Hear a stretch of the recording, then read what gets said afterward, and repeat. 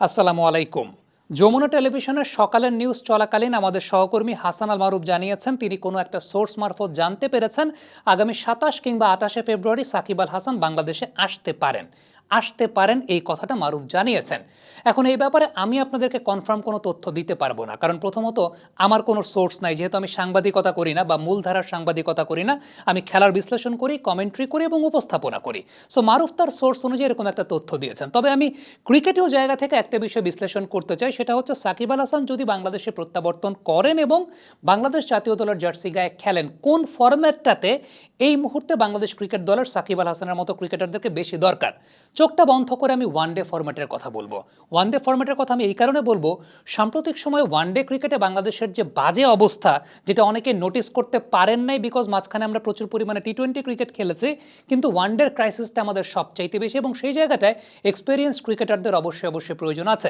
প্রথমত একটা পরিসংখ্যান আপনাদেরকে জানাই, সেটা হচ্ছে গেল এক বছরে বাংলাদেশ যে 11টা ওয়ানডে খেলেছে তার মধ্যে 8টা ওয়ানডেতেই বাংলাদেশ 50 ওভার ব্যাটিং করতে পারে নাই। 11টা ওয়ানডের 8টা ওয়ানডেতেই বাংলাদেশ 50 ওভার ব্যাটিং করতে পারে নাই। আজ থেকে 4 মাস আগে যখন ওয়েস্ট ইন্ডিজ সিরিজটা চলছিল অনফিল্ডের পর্দায়, তখন আমরা একটা ভিডিও করেছিলাম বিশ্লেষণ ধর্মী। সেই ভিডিওটার থাম্বনেইল শিরোনামটা আপনারা এই মুহূর্তে দেখতে পাচ্ছেন এবং সেটা এমন ছিল, সাকিব মুশফিকের মতো স্ট্রাইক রোটেশন এখনকার ব্যাটাররা করতে পারেন না। এই ভিডিওটাতে আমরা বেশ কিছু পরিসংখ্যান আপনাদের সামনে তুলে ধরেছিলাম, সেটারই কিছু আপডেটেড পরিসংখ্যান এই ভিডিওতে আপনাদের সামনে তুলে ধরতে চাই। বাংলাদেশ কেন গত 11 ম্যাচের 8টাতেই 50 ওভার ব্যাটিং করতে পারেনি, তার পেছনে অন্যতম বড় কারণটা হচ্ছে মাঝের ওভারগুলোতে খেলা বড় করতে পারছেন না আমাদের ব্যাটাররা। মাঝের ওভারগুলোতে স্ট্রাইক রোটেশনটা করতে পারছেন না আমাদের ব্যাটাররা। মাঝের ওভারে স্ট্রাইক রোটেশন 1-2 নেয়া 1-2 নেয়া, এই কাজটা আমাদের ব্যাটাররা করতে পারছেন না। আমরা 4 মাস আগের ওই ভিডিওতেও একটা রেফারেন্স দেখিয়েছিলাম আপনাদেরকে এবং সেই রেফারেন্সটা হচ্ছে 2015 সাল থেকে 2019 সাল পর্যন্ত সাকিব আল হাসান এবং মুশফিকুর রহিমের স্ট্রাইক রোটেশন পার্সেন্টেজ ছিল 54%-এর বেশি। অর্থাৎ তারা তাদের মোট রানের ওয়ানডে ফরম্যাটে 54%-এর বেশি রান করেছিলেন স্ট্রাইক রোটেশনের মাধ্যমে। এবারে আমরা গেল এক বছরে বাংলাদেশের অন্যান্য মিডল অর্ডার ব্যাটারদের স্ট্রাইক রোটেশন পার্সেন্টেজটা যদি একটু লক্ষ্য করে দেখি, তাওহিদ হৃদয়কে দিয়ে শুরু করতে চাই। তাওহিদ হৃদয়ের স্ট্রাইক রোটেশন পার্সেন্টেজটা মাত্র 39%। মেহেদী হাসান মিরাজের স্ট্রাইক রোটেশন পার্সেন্টেজটা 37%। জাকের আলী অনেকের স্ট্রাইক রোটেশন পার্সেন্টেজটা 34%। আপনি খুব ভালো মতো কম্পেয়ার করলেই বুঝতে পারবেন যে সময়টায় বাংলাদেশ ক্রিকেটের ওয়ানডে ক্রিকেটের পিক টাইম ছিল, ওই সময়টাতে সাকিব আল হাসান এবং মুশফিকুর রহিম এই দুইজন ব্যাটার মিড ওভার্সে 54% স্ট্রাইক রোটেট করেছেন, অর্থাৎ 1-2 রান নিয়েছেন, খেলাটাকে বড় করেছেন।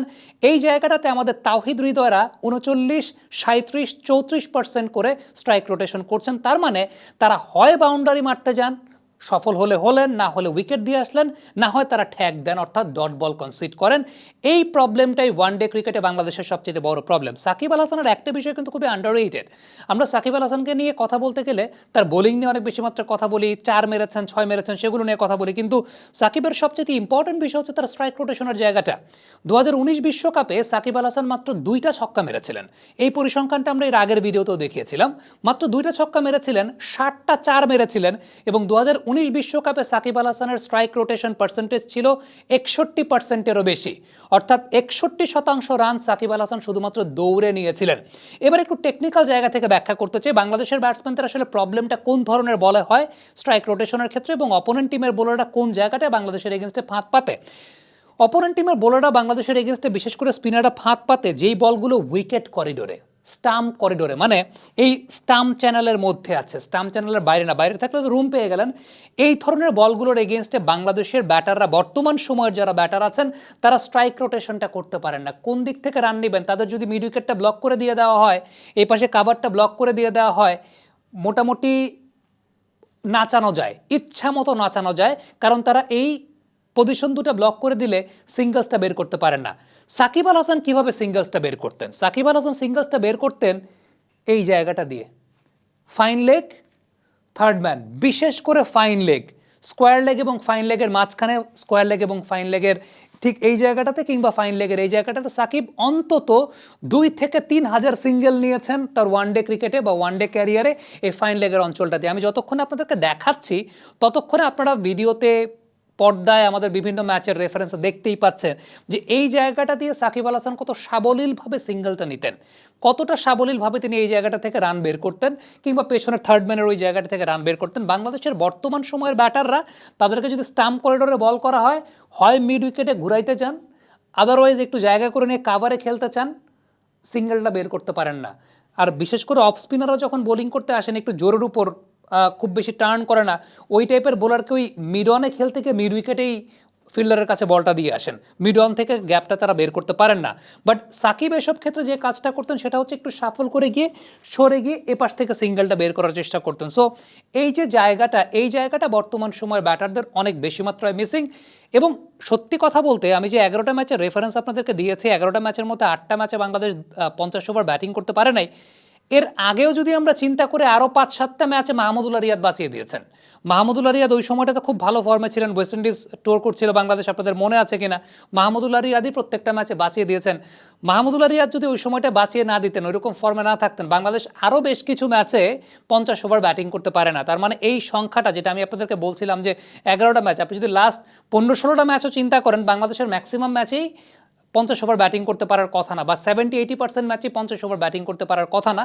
ওটা মাহমুদুল্লাহ রিয়াদ ছিলেন দেখে ওই সময়টাতে আলটিমেটলি বাংলাদেশ 50 ওভার পর্যন্ত ব্যাটিং করেছে। বাট আনফর্চুনেটলি বাংলাদেশের লাস্ট 11টা ম্যাচ, গত বছর লাস্ট 11টা ম্যাচের মধ্যে বাংলাদেশ 8টা ম্যাচেই 50 ওভার ব্যাটিং করতে পারে না। তার পেছনে অন্যতম বড় কারণের জায়গাটা হচ্ছে মাঝের ওভারগুলোতে বাংলাদেশ রান করতে পারে না। বাংলাদেশের বর্তমান সময়ের ব্যাটসম্যানরা মাঝের ওভারগুলোতে একেবারে সিঙ্গেল বের করতে পারছেন না, যেটা ওয়ানডে ক্রিকেটে খুবই গুরুত্বপূর্ণ একটা বিষয়। বাউন্ডারি তো আসবেই, বাউন্ডারির সঙ্গে সঙ্গে ওয়ানডে ক্রিকেটে সিঙ্গেল বের করাটা একটা খুবই গুরুত্বপূর্ণ বিষয়। এখন প্রশ্নের জায়গাটা হচ্ছে, মূল আলোচনায় ফেরত আসি, সাকিব আল হাসান আদৌ আসবেন কি আসবেন না 28 তারিখ বা 27 তারিখ, যে কথাটা মারুফ বলেছেন সেটা আমরা জানি না। এখন আসার পর কোন প্রক্রিয়ার মধ্য দিয়ে তাকে যেতে হবে সেটাও আমরা জানি না। কতটুকু ক্লিয়ারেন্স আছে বাংলাদেশের গভর্নমেন্ট, বর্তমান সময় যারা গভর্নমেন্ট ফর্ম করছে, গোয়েন্দা সংস্থা কতটুকু আছে সেটাও আমরা জানি না। বাট সাকিব আল হাসান যদি প্রত্যাবর্তন করেন, বাংলাদেশের ওয়ানডে ক্রিকেটে বিশেষ করে যে ক্রাইসিসটা বাংলাদেশের আছে, এবং সবচেয়ে ইম্পর্টেন্ট ব্যাপারটা হচ্ছে বোলিংয়ের পয়েন্ট অফ ভিউ থেকে বাংলাদেশের কিন্তু আলটিমেটলি আমরা 5টা বোলার না, আমরা 4.5টা বোলার নিয়ে খেলি। সত্যি কথা, ওয়ানডেতে প্রত্যেকটা টিম 6টা বোলার নিয়ে খেলে, একদম 6টা মেইন বোলার নিয়ে খেলে, আমরা 4.5টা বোলার নিয়ে খেলি। সাকিব আল হাসান দলে থাকলে পরে আপনি অলরেডি আপনার 2টা অপশন একদম পরিপূর্ণ হয়ে যাচ্ছে, ব্যাটিং বোলিং 2টা অপশন পরিপূর্ণ হয়ে যাচ্ছে। সো ওয়ানডে ফরম্যাটটাতেই বাংলাদেশের ক্রাইসিসটা আমার কাছে মনে হয় এই মুহূর্তে সবচাইতে বেশি, এবং যেই ক্রাইসিসটা এখন পর্যন্ত পূরণীয় হয় নাই, এখন পর্যন্ত পূরণীয় হয়নি দেখে আমরা কিন্তু বারংবার ওয়ানডে ফরম্যাটটার দিকে অনেক নিচের দিকে নেমে যাচ্ছি। এর পেছনে অন্যতম বড় কারণটা মাঝের দিকে খেলা বড় করতে পারছেন না আমাদের ব্যাটাররা। দ্বিতীয়ত যে বিষয়টা উল্লেখযোগ্য সেটা হচ্ছে আমাদের বোলিং অপশন নাই, বোলিং অপশন একেবারেই কম। সো সাকিব আল হাসান যদি প্রত্যাবর্তন করেন, সে প্রত্যাবর্তন করলে তার আর্জেন্সিটা বাংলাদেশের ওয়ানডে ফরম্যাটেই সবচেয়ে বেশি বলে আমার কাছে ব্যক্তিগতভাবে মনে হয়। কমেন্ট বক্সে আপনাদের মন্তব্য মতামত জানতে চাই।